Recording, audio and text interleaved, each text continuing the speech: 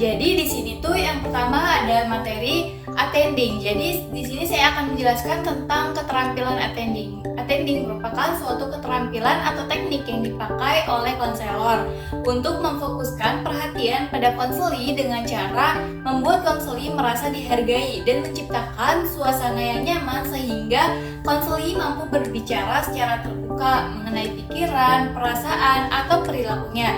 Dan adapun menurut Charkov pada tahun 1983 dalam Lubis pada tahun 2011, attending atau melayani ini merupakan usaha yang dilakukan oleh konselor untuk memberikan perhatian sepenuhnya kepada konseli yang tercermin melalui postur tubuh dan ekspresi wajah. Menurut Willis pada tahun 2009 dalam Lubis, attending ini diperlukan karena apa yang ditampilkan oleh konselor ini akan mempengaruhi kepribadian konseli dengan beberapa cara. Jadi, yang pertama di sini ada meningkatkan harga diri konseli. Jadi, meningkatkan harga diri konseli ini itu sikap dan perilaku attending memungkinkan konselor untuk menghargai konseli. Dengan merasa dihargai, konseli ini akan merasa memiliki atau meningkatkan harga diri. Yang kedua, menciptakan suasana aman bagi konseli.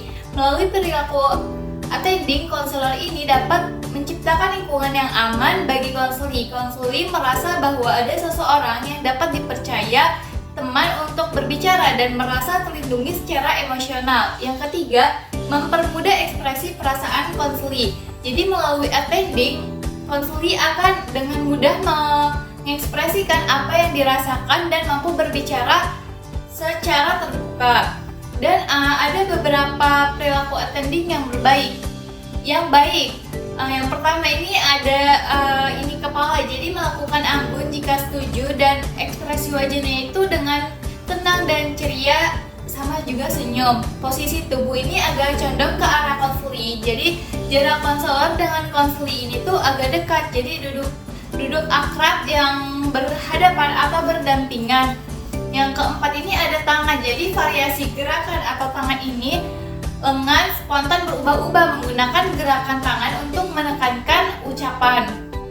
Yang kelima ada mendengar aktif, jadi aktif penuh perhatian menunggu ucapan konseli hingga selesai dan menanti saat kesempatan beraksi, perhatian terarah pada lawan bicaranya. Dan adapun perilaku attending yang tidak baik ditampilkan melalui sikap-sikap. Jadi ada beberapa attending juga yang tidak baik. Yang pertama ini kepalanya itu kaku gitu, dan yang kedua ini ekspresi wajahnya juga ekspresi melamun, mengalihkan pandangan dan tidak melihat konseling saat bercerita, dan matanya itu juga melotot mengarah pada konselingnya. Dan yang ketiga ini ada posisi tubuh. Jadi posisi tubuh ini tuh bersandar atau miring, dan jarak duduk dengan konselingnya juga agak menjauh dan berpaling dari konseli. Dan yang keempat ada perhatian. Jadi dalam perhatian ini tuh konselor terpecah gitu, jadi mudah buyar oleh gangguan luarnya. Yang kelima, memotong pembicaraan. Jadi berbicara secara terus-menerus tanpa memberikan konseli kesempatan untuk berbicara. Dan materi yang kedua di sini ada raport. Jadi keterampilan raport menurut Willis pada tahun 2009, raport ini adalah hubungan yang ditandai dengan keharmonisan, kesesuaian, kecocokan, dan ketertarikan bersama. Raport diawali dari kesepakatan, kesetaraan, kesukaan, dan persamaan. Jadi hal yang harus ditekankan pada raport ini adalah persamaan, bukan perbedaan. Jadi persamaan akan membentuk hubungan yang positif, sementara perbedaan ini hanya menimbulkan sikap resisten dan perasaan egosentris gitu. Jadi maka dari itu menurut Brennan, Abargo, dan Sostrom yang dikutip oleh dari Lesmana pada tahun 2005 ini mendefinisikan rapor ini tuh adalah suatu iklim psikologis yang baik yang mengandung kehangatan dan penerimaan sehingga iklim ini tidak merasa terancam yang berkaitan dengan konselor. Dan mengembangkan rapor pada awal yang dilakukan oleh konselor ini ibaratnya seperti menyambut tamu yang diharapkan kedatangannya, dan begitu juga dalam hubungan konseling. Klien ini tuh merupakan tamu spesial yang layak mendapatkan sambutan hangat dan keakraban dari konselor. Hal seperti inilah yang dijadikan fondasi untuk membangun rapor gitu. Jadi ada Adapun menurut Willis pada tahun 2009 menyampaikan pendapat tentang bagaimana cara mengembangkan rapat yang baik. Nah, yang di sini yang pertama tuh ada konselor harus memberikan sikap empati kepada klien. Jadi selain itu, konselor juga harus bersikap terbuka, menerima tanpa syarat, dan menghormati kliennya. Yang kedua ini, konselor harus bisa dapat membaca perilaku nonverbal, seperti halnya bisa membaca bahasa tubuh, nada suara, ekspresi wajah, dan gerakan-gerakan terpenting yang berhubungan dengan bahasa lisannya. Yang ketiga, adanya rasa kebersamaan, erat, akrab, dan minat membantu tanpa pamrih. Jadi dalam sesi konseling, hubungan yang pertama dibangun melalui pertanyaan ringan seperti menanyakan apa kabar ibu atau ibu datang sendiri saja, seperti itu. Dari inti pembicaraan untuk mengawali hubungan dengan klien, konselor ini harus bisa memberikan topik pembicaraan yang tidak langsung terkait dengan permasalahan yang dibawa oleh klien. Tujuannya ini itu untuk memberikan klien lebih terasa nyaman di awal pertemuan dengan konselor.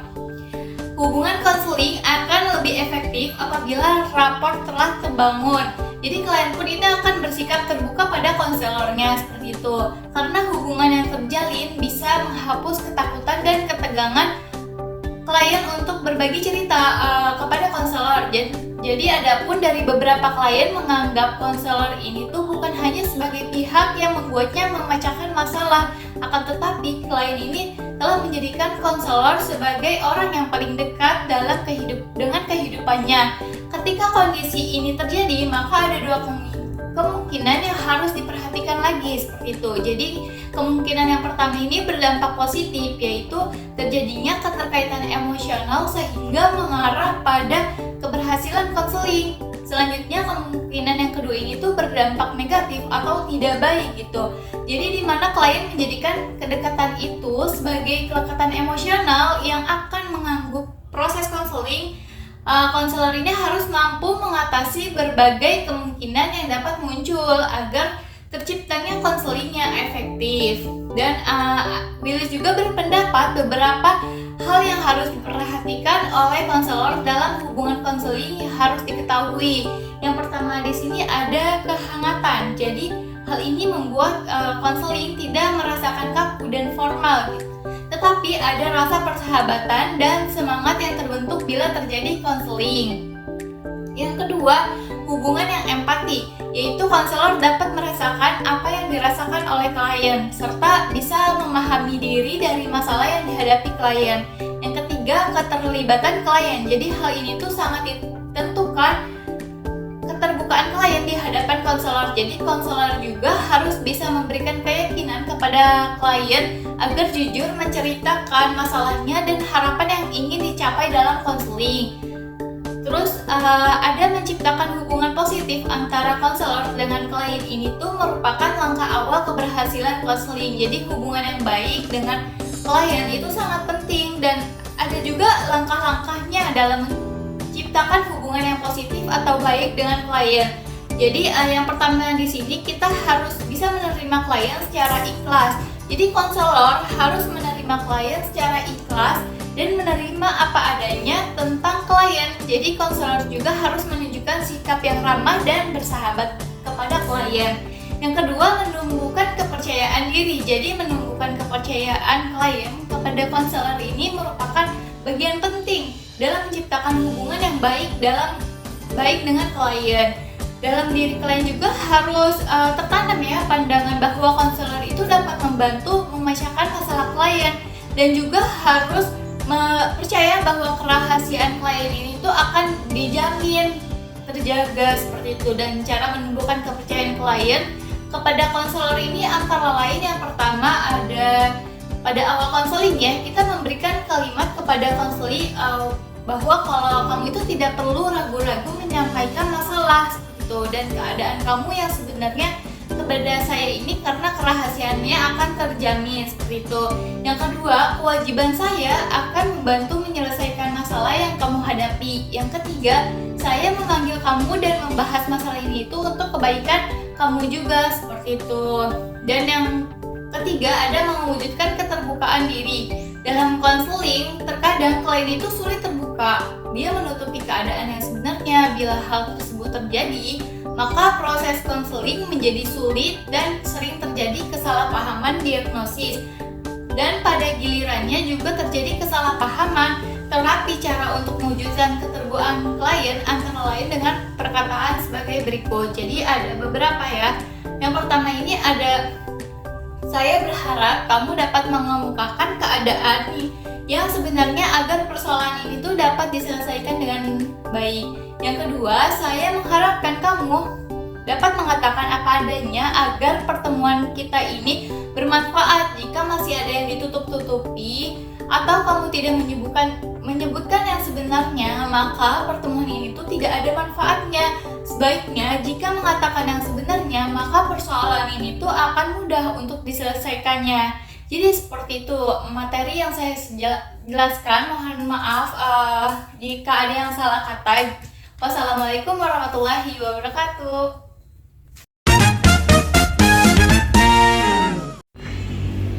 Assalamualaikum. Waalaikumsalam. Iya, Mas Louis, silakan duduk. Ya, terima kasih, Bu.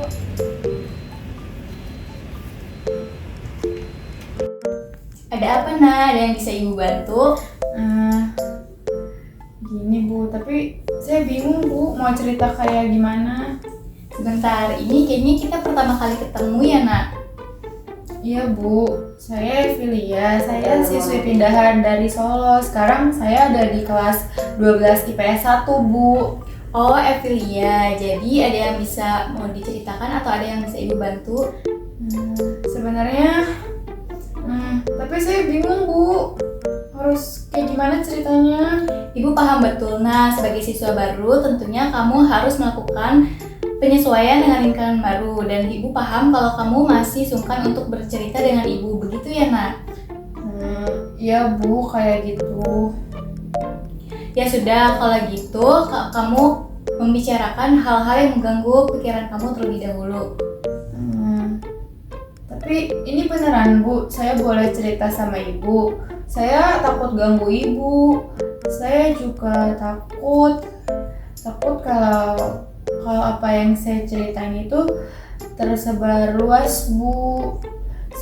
Tapi saya juga nggak tahu, Bu, mau cerita sama siapa. Pertama, kamu tentu boleh cerita ke Ibu dan tidak mengganggu sama sekali. Kedua, cerita kamu hanya untuk kita berdua saja. Dan yang terakhir, untuk masalah percaya itu butuh proses. Silakan kamu bercerita ketika kamu sudah siap ya, Nak. Saya setuju sama Ibu kalau kepercayaan itu butuh proses. Tapi kenapa ya, Bu, kadang tuh orang dengan mudahnya merusak kepercayaan yang udah kita kasih. Betul, terkadang memang ada yang seperti itu ya, Nak. Lalu apakah permasalahan yang kamu alami berkaitan dengan kepercayaan? Ya, Bu, saya sedih, Bu. Saya marah, saya sakit hati, Bu, rasanya. Ini pasti berat ya, Nak. Kamu, Ibu bisa lihat dari mata dan muka kamu yang berkaca-kaca. Ini tentu bukan hal yang mudah. Iya, Bu. Jadi sebenarnya saya punya permasalahan keluarga. Terus saya cerita, Bu, sama teman saya. Tapi dia malah nyebarluasin, Bu. Padahal dia teman dekat saya. Nah, kan ini boleh diambil dulu tisunya. Terima kasih, Bu. Saya lebay ya, Bu. Masa kayak gini aja saya sedih. Nah, sedih, kecewa, memang itu hal yang manusiawi dan bukan hal yang lebay. Kalau memang nangis bikin kamu lega, jangan ditahan ya, Nak. Iya, Bu. Ya, udah, Bel. Kalau besok saya jam istirahat kesini lagi boleh, Bu? Sangat boleh, Nak. Kamu silakan ke ruang BK lagi ya. Oh gitu ya, Bu. Ya udah, Bu, saya sedikit udah lega, Bu, sekarang perasaannya. Iya, alhamdulillah. Ibu senang kamu bisa bercerita dengan Ibu. Kamu boleh silakan ke kelas kembali dan kamu semangat belajarnya. Sampai ketemu besok ya, Nak. Iya, Bu, terima kasih ya, Bu. Saya pamit dulu. Iya, Nak. Waalaikumsalam.